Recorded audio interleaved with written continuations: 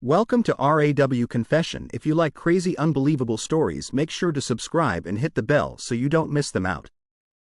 Let's hop into today's story. Sally and I had been married for 3+ years. I was at a loss for what to do, but I knew I would find a solution or figure one out. Sally had suddenly taken on a nasty attitude about 6 months ago. There wasn't a gradual change, but I came back from one of my infrequent business trips and felt that the woman in my house was not the woman I married. She was disrespectful, downright insulting, and denying sex unless I started a fight about it.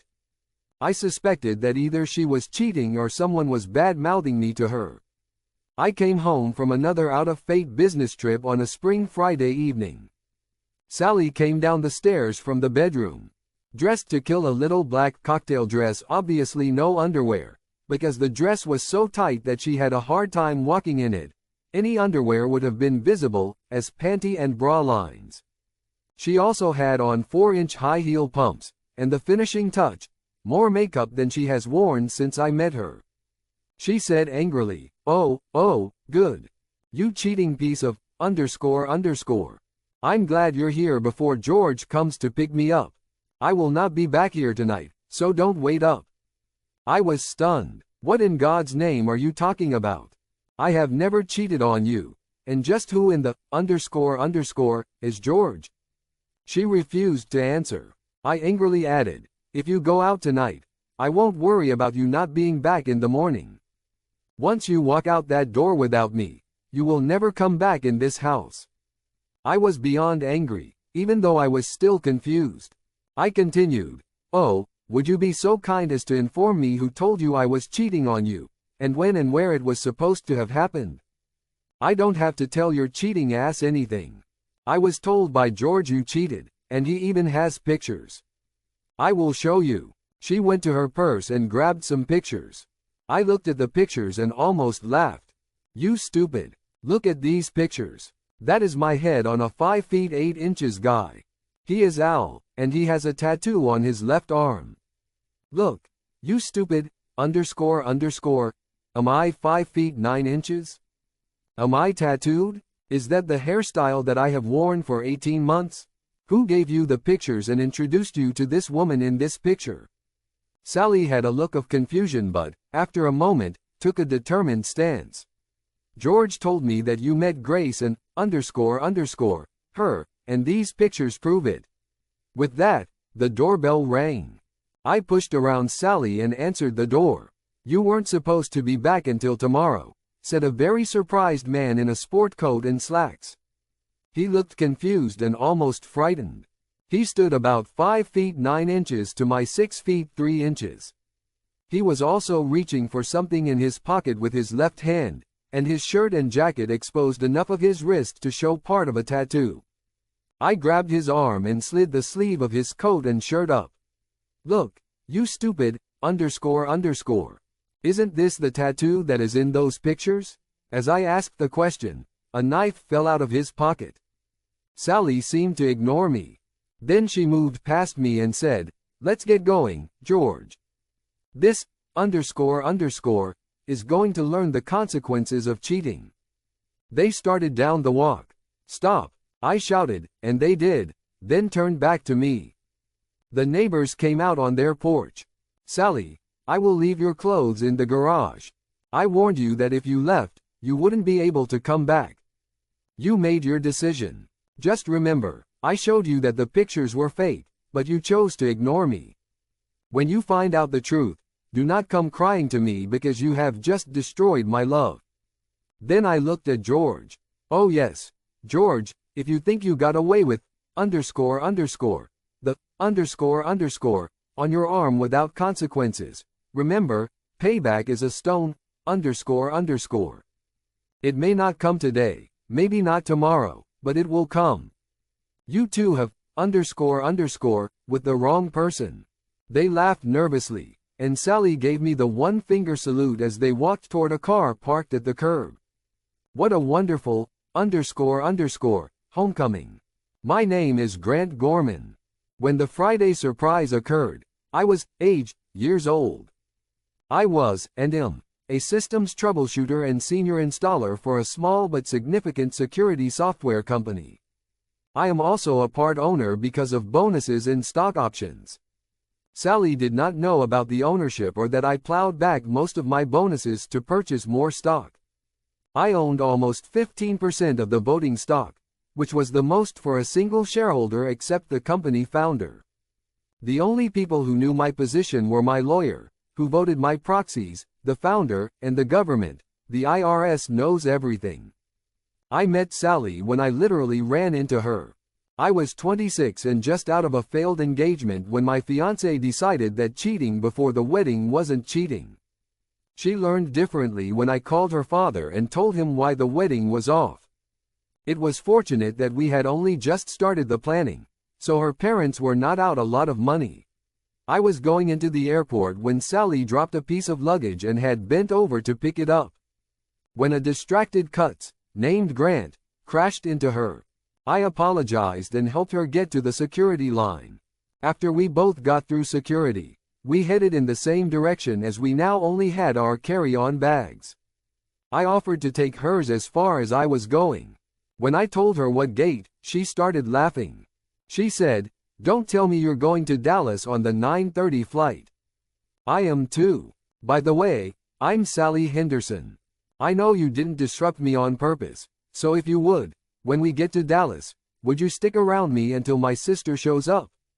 There is an angry old boyfriend that works at the Dallas airport, and if he sees me, he is liable to try to hurt me. She continued, "I know it is a lot to ask, but my sister is having a baby, and her husband is deployed overseas, so I am needed to help her. I'm just afraid that Tommy will see me. My sister tells me that he has flown into our home airport and tried to find me. I know it sounds strange, but you have been so nice to me that I thought I could trust you." I agreed to stick with her, as I had nowhere to be. I had to be in Dallas until the next morning. I also hated abusive, __. When we boarded, she was in the seat across the aisle from me. I always took an aisle seat because of the restricted legroom on the tin cans that the airlines use today. We talked the entire flight. As we started deplaning and walking down the ramp, a man in an airline ground crew uniform came toward us. I put my arm around Sally and stared at the guy. When he saw my move, he slowed, and as we got closer, he saw how big I was and turned, beating a quick retreat. I gave Sally my cell phone number and told her to call me if she felt the old boyfriend was going to be a problem. It turned out that when I was ready to head back home, Sally was staying to continue to help her sister. Her brother-in-law's brother and a couple of his friends decided to visit the ex. It worked. A week later, Sally called and thanked me for the help I gave her, and she mentioned that the ex-boyfriend had requested and received a transfer to the West Coast. When Sally returned a few months later, she called and asked me to join her for lunch. We met for lunch, and things seemed to click between us. I found out she was 22 and had been in only one long-term relationship, and he was now in San Diego, driving a luggage truck at the airport.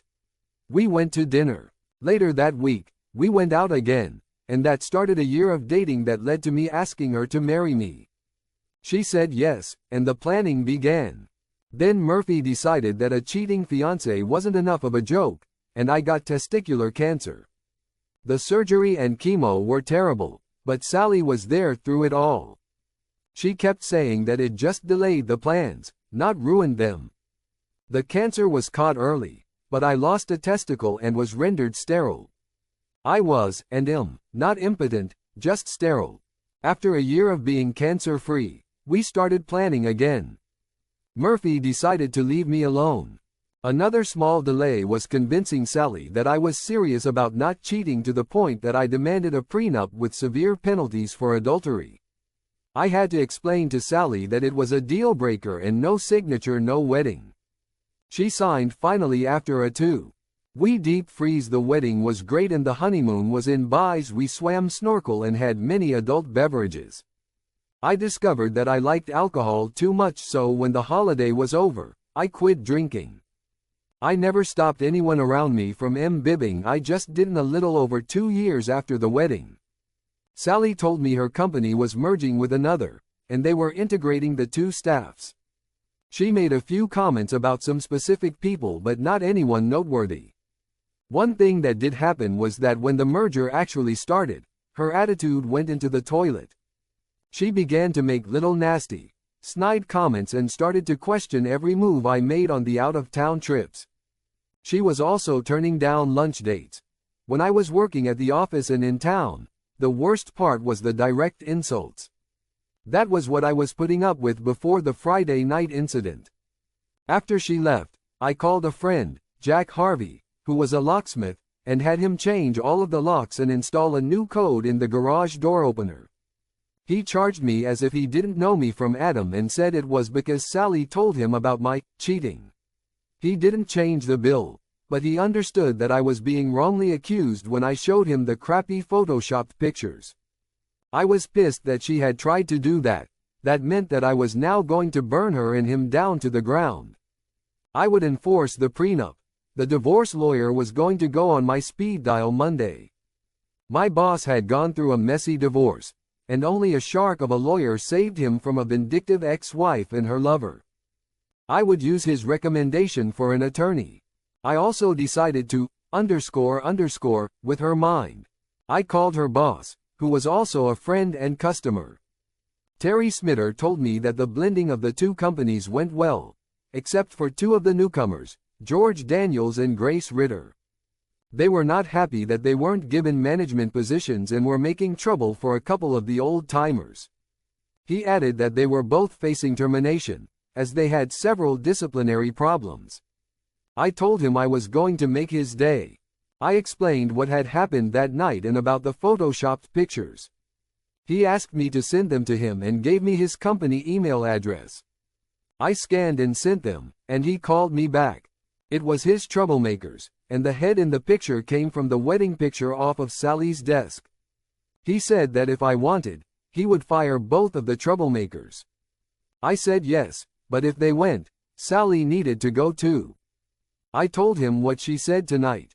I even told him about showing her the tattoo on George's arm from the screwed-up picture.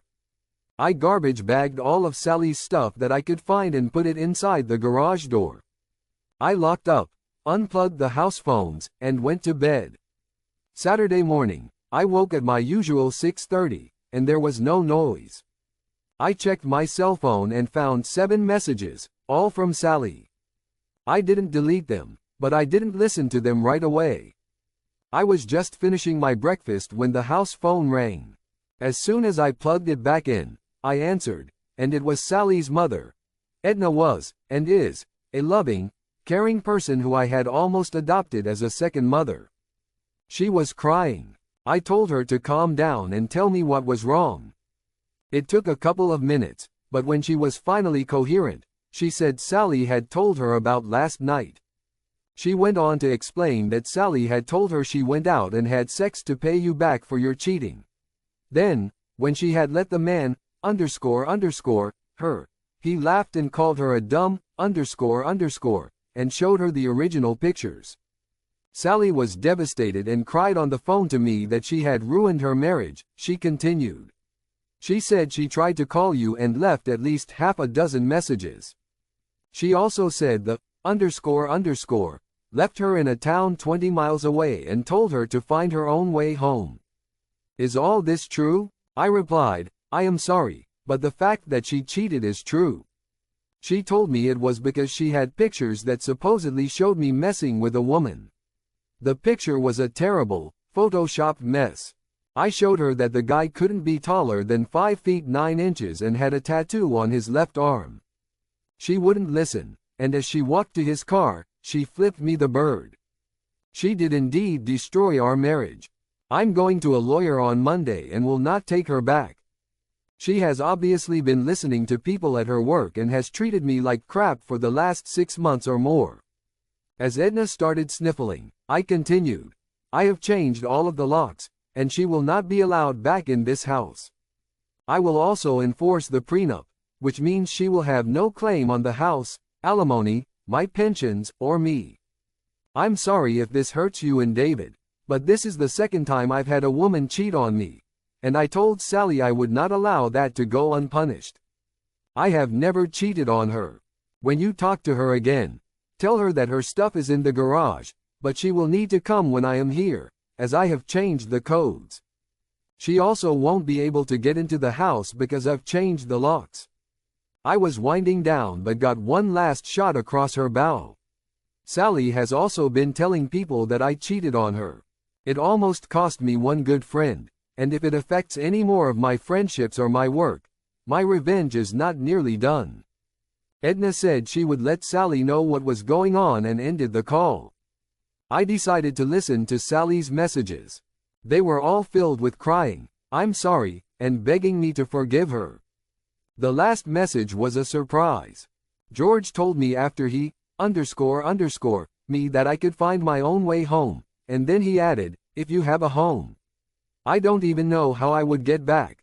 I don't even know where I am." That last call came in around 4:30 in the morning. I felt I couldn't leave her out there somewhere, so I called her back. She answered and started crying. "Sally, stop crying. You need to give me any information you have. You screwed up our marriage beyond fixing, but I will come and get you and take you to your mother's." She gave me the motel name and the cross streets, and I was able to Google the city and directions. I found her outside what looked like a rent-a-room by the hour dive in a bad part of town. She started to say something, but I held up my hand to stop her. "I am here because you were once my reason for living. You destroyed that over the last months or so and bombed out what was left with your actions and words last night. I want you to get in, buckle up, shut up, and leave when I take you to your mother's. Do you understand? Don't say anything, just nod if you do. If you say you're sorry one time, I will pull over and put you out of the car. I am furious with you, and it's not just that you broke your vows. You've treated me like I was dog crap on your shoe for more than 3 months. We are done. It's too late to be sorry." She got in and silently cried all the way to her mother's. As she got out, I took her hand. "I am going to a lawyer on Monday. I am filing under adultery. If you don't fight it, I will give you 1 year of alimony. If you fight it, I will strictly enforce the prenup. Goodbye. Remember, I loved you, and you threw it all away without even thinking about it. I even showed you that I was not the person in that picture, and all you did was flip me the bird and get in the asshole's car. Then you, him and were surprised when he told you the same thing about the picture. I really hope you get some therapy. You have allowed others to cause you to make very bad decisions. I don't hate you, but I don't love you either. After the divorce, if I never hear your name or see you, I won't miss you. One last thing. You had better tell all the people you told that I was cheating the truth. I've already had one friend tell me he lost me as a friend because of what you told him. When I showed him the stupid picture, he laughed and told me he was sorry he listened to you. I closed the car door and drove away. I filed that Monday, and Sally was served on Wednesday at her mother's house. The 3 conspirators were fired, and George somehow managed to trip and fall, breaking both arms and his nose. Grace was married, and when the reason she was fired and the picture showed up at her house, she was sued for divorce as well. Someone, probably her lawyer, told Sally to fight the divorce. I withdrew the alimony offer and went for strict enforcement of the prenup. They requested marriage counseling. I told the judge that I was not the one that needed counseling. I asked, why would I agree to that when I was subjected to the abuse and cheating? She agreed and told Sally that any counseling that needed to occur was just for her. She said that if she could, she would order her into that counseling. She also awarded me the house and both cars and all of the monies we had accumulated during our marriage. Sally discovered that we were very well off in